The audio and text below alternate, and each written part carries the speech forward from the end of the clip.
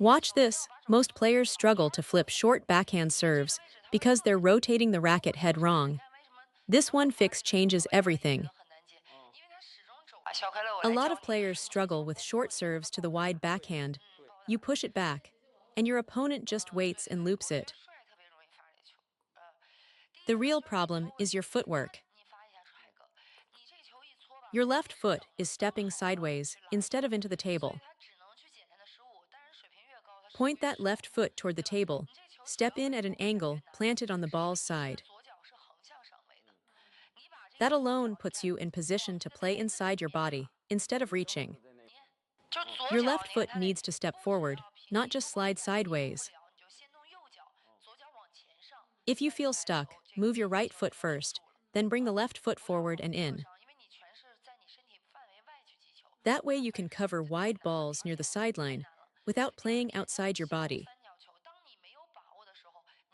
If you're always reaching, the backhand becomes impossibly hard. Second point, on short balls to the small triangle, when you're not confident, use the racket head. Let the racket head drop down, then rotate it through contact to generate spin.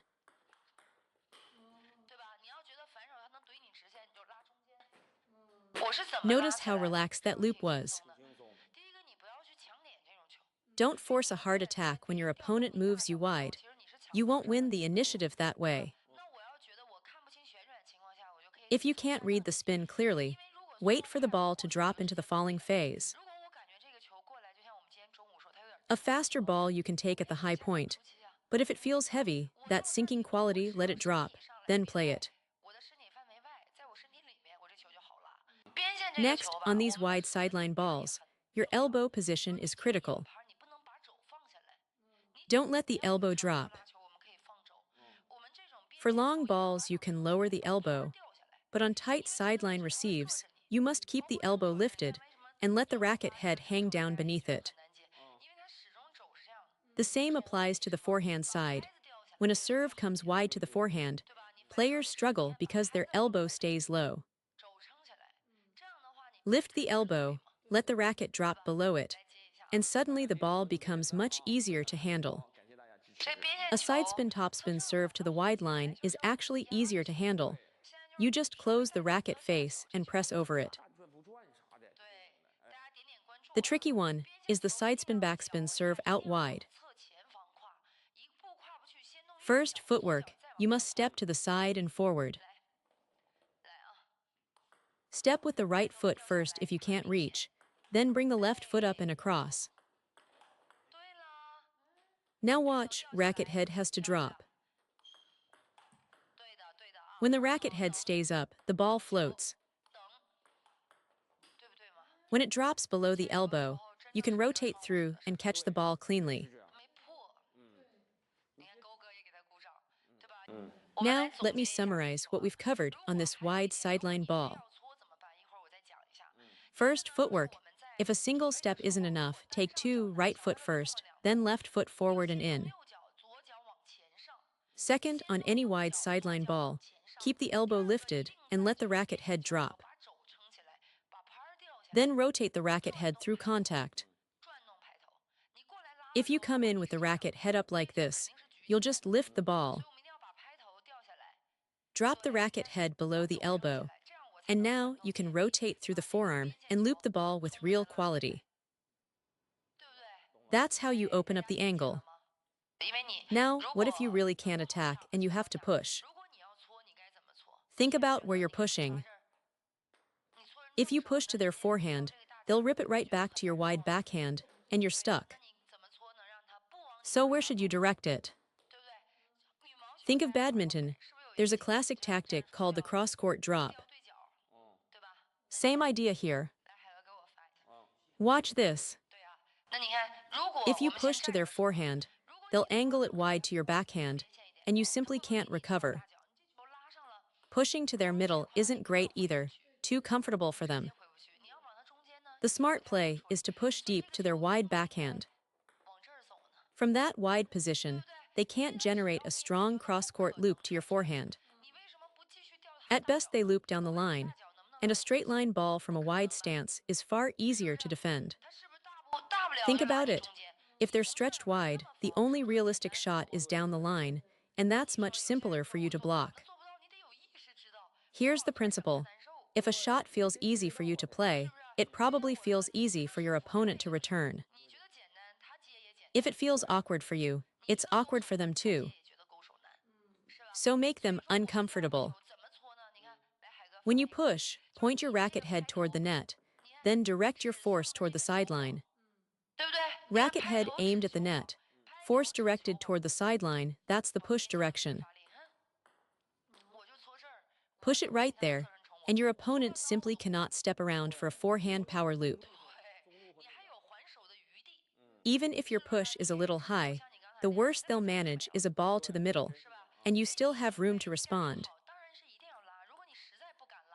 Compare that to pushing to their forehand, one big pivot and you're done. So the rule is clear.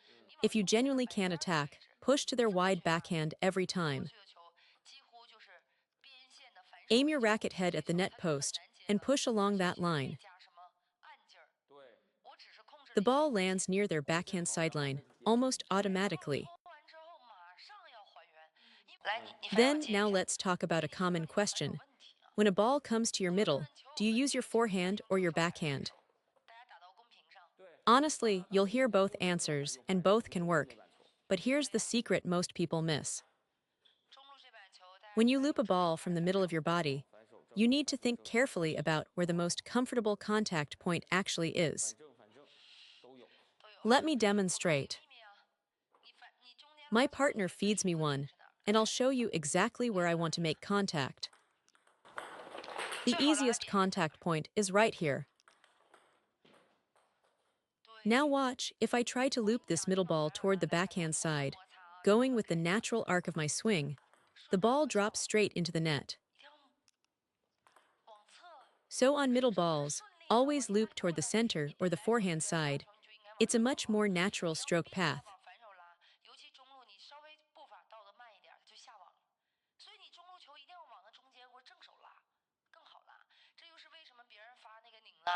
In world-class matches, they often flick toward the forehand side. If someone serves to your middle, and you flick toward the backhand, you're very likely to clip the net or miss entirely. The geometry just doesn't support it. So shift your thinking. On middle balls, redirect toward the forehand. You'll find it dramatically easier to generate quality. You feel completely jammed, right? That's because you're moving straight forward into the ball. Watch what happens when I turn my body to the side instead. See, I angle my torso, and suddenly I can absorb the incoming speed and redirect it. The ball is fast, it's pushing into me, but by turning sideways, I create space to work with. If you step straight in, you'll get pinned every time. There's no room to draw the racket back. But when you turn sideways, look, this becomes your backswing. You're loading power naturally. This used to be my problem too. I loved using my backhand on middle balls because recovery felt faster. But after a backhand, I couldn't transition to my forehand quickly enough. So here's the fix. Turn your body and step your right foot toward the forehand side, into the middle of the table. That clears your hip and gives your arm room to complete the stroke. If you step straight forward, you're jammed again. But once you clear that space, you've got a real contact point.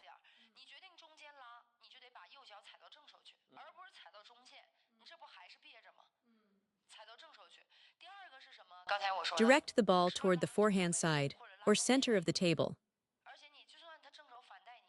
Even if your opponent counterdrives, you'll be in position to handle it because you looped along your natural stroke path.